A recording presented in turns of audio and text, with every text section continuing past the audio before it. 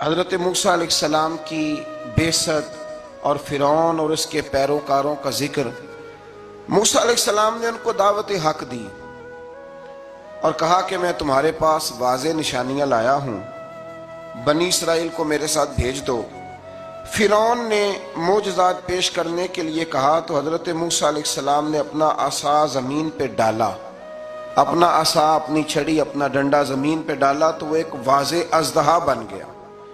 پھر حضرت سیدنا موسیٰ علیہ السلام نے اپنا ہاتھ گریبان سے نکالا تو وہ دیکھنے والوں کے لیے روشن ہو گیا، ہاتھ کے اندر نور پیدا ہو گیا۔ ید بیضا لیے بیٹھے ہیں اپنی آستینوں میں۔ فرعون کے سرداروں نے حق کو قبول کرنے کی بجائے اسے جادو قرار دے دیا اور کہا کہ یہ تمہیں اپنے ملک سے نکالنا چاہتا ہے۔ انہوں نے کہا اس معاملے کو ذرا ڈھیل دو اور جادوگروں کو جمع کرو۔ جادوگر آئے، انہوں نے فرعون سے کہا کہ ہم حضرت موسیٰ کے مقابلے میں جادو تو دکھائیں گے معاذ اللہ، لیکن اگر ہم غالب آ گئے تو پھر ہمارا انعام کیا ہوگا؟ سودا پہلے طے کر رہے ہیں، کیا انعام ملے گا؟ اس نے کہا کہ اگر تم غالب آ گئے تو میں تمہیں اپنا قریبی بنا لوں گا۔ بادشاہوں کا قریبی ہونا بھی تو بڑی بات ہے نا، لوگ بڑے پاپڑ بیلتے ہیں قریبی ہونے کے لیے، اور یہ جو قریبی ہوتے ہیں نا، بالخصوص جو بادشاہوں کے قریبی ہوتے ہیں، بادشاہوں کی تباہی کا سبب بھی یہی لوگ ہی بنتے ہیں۔ یہ ان کو روز خبر دیتے ہیں کہ سب اچھا ہے، سب اچھا ہے، اور دنیا کے زیادہ تر حکمران انہی لوگوں کی وجہ سے تباہ ہوتے ہیں، چونکہ ان کا خود عوام سے رابطہ نہیں رہتا۔ اگر وہ خود عوام کے ساتھ ڈائریکٹ رابطہ کریں تو شاید انہیں اچھی اور صاف ستھری چیزیں سمجھنے کو مل جائیں۔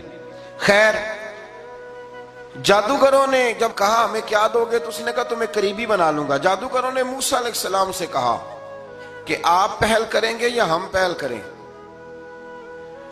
تو موسیٰ علیہ السلام نے کہا تم پہل کرو۔ جب جادوگروں نے اپنی رسیاں زمین پہ ڈالیں تو لوگوں کی نگاہوں کو سحر زدہ کر دیا، جادو کر دیا اور انہیں ڈروا دیا۔ انہوں نے کہا یہ تو بڑا جادو لے آئے۔ اللہ تعالیٰ نے حضرت موسیٰ علیہ السلام کو حکم دیا کہ آپ بھی اپنا عصا زمین پہ ڈالیں۔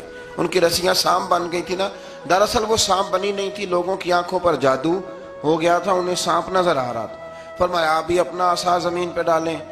وہ عصا سانپ بنا اور جادوگروں کی ساری چیزوں کو نگل ہی گیا۔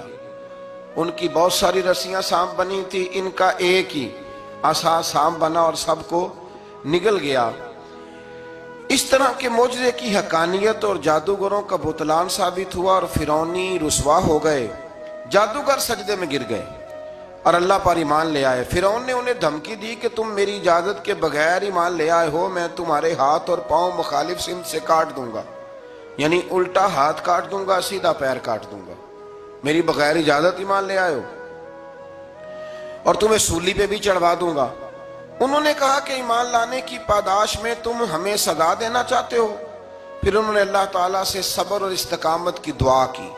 اس کے بعد فرعون نے بنی اسرائیل کے بیٹوں کو قتل کرنے کی اور بیٹیوں کو زندہ چھوڑنے کا حکم دے دیا۔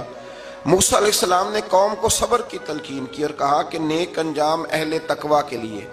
یہاں ایک لطیف بات ہمارے صوفیاء نے بھی لکھی ہے۔ صوفیاء کہتے ہیں کہ فرعون نے کلمہ نہیں پڑھا پر جادوگر کلمہ پڑھ گئے۔ وہ کس طرح کلمہ پڑھ گئے؟ تو کہنے لگے دراصل انہوں نے آتے ہی حضرت موسیٰ کا ادب بڑا کیا تھا۔ جادوگر حضرت موسیٰ کے مقابلے میں آ کے بھی ان سے کہتے ہیں کہ رسیاں آپ پہلے ڈالیں گے کہ ہم ڈالیں؟ آپ عصا پہلے رکھیں گے کہ ہم رکھیں؟ تو اتنا سا ادب کیا تو رب کریم نے فرمایا جو نبی کا ادب کرے وہ بے ایمان نہیں رہ سکتا، جو نبی کا ادب کرے وہ بے ایمان نہیں رہ سکتا، اور جو نبی کی بے ادبی کرے وہ ایماندار نہیں رہ سکتا۔ ختم ہو گئی بات۔ یہاں ہمارے صوفیاء نے یہ بات لکھی ہے کہ چونکہ انہوں نے آتے ہی کہا تھا کہ آپ پہلے ڈالیں گے یا ہم پہلے ڈالیں، تو حضرت موسیٰ سے انہوں نے پوچھ لیا، نبی کے پوچھے بغیر پہل نہیں کی تو اللہ نے انہیں ایمان کی دولت عطا کر۔ ایک بات اور ذہن میں رکھیں کہ حضرت موسیٰ کے پاس عصا تھا، اژدہا بن جاتا تھا، لیکن پھر بھی جب فرعون نے حکم دیا کہ بیٹوں کو زندہ رکھو، بیٹیوں کو قتل کرو، تو اس وقت حضرت موسیٰ علیہ السلام نے وہ معجزہ نہیں دکھایا۔ جو مقام صبر ہوتا ہے وہ مقام صبر ہی ہوتا ہے۔ اگر موسیٰ علیہ السلام کی نافرمان قوم کے لیے پتھروں سے پانی نکل سکتا تھا تو میدان کربلا میں رسول اللہ کی اولاد کے لیے بھی نکل سکتا تھا۔ میرے کریم محبوب علیہ السلام کے خاندان کے لیے بھی نکل سکتا تھا. ہر جگہ معجزہ دکھانے کی نہیں ہوتی, کچھ مقام صبر بھی ہوتے ہیں. تو یہاں حضرت موسیٰ نے اپنی قوم کو صبر کرنے کی تلقین کی. پھر آیت نمبر 130 سے لے کر 143 میں بتایا کہ اللہ تعالیٰ نے فرعونیوں پر قحط سالی کا عذاب نازل کیا. فرعونیوں کا طریقہ یہ تھا کہ اچھائی کو اپنا کمال گردانتے تھے, کہتے تھے یہ ہماری طرف سے, اور برائی کو معاذ اللہ بدشگونی کے طور پر موسیٰ علیہ السلام کی طرف منسوب کرتے تھے.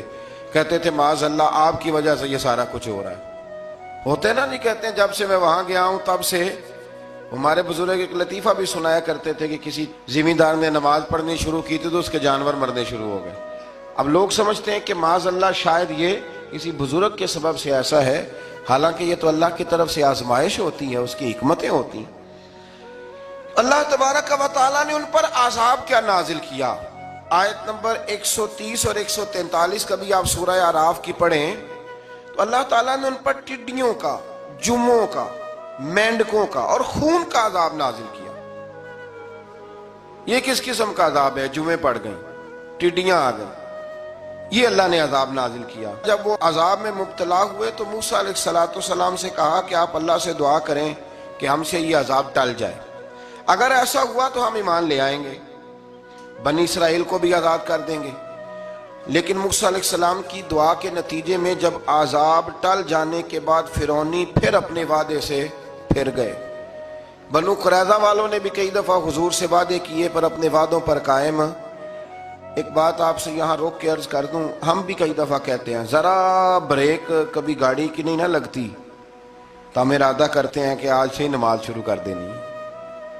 ذرا طبیعت زیادہ لیل ہوتی ہے تو ارادہ کرتے ہیں نا کہ بھائی آج کے بعد ہم نے نیک, پھر کیا ہوتا ہے شفا ہو گئی تو چھٹی ہو گئی.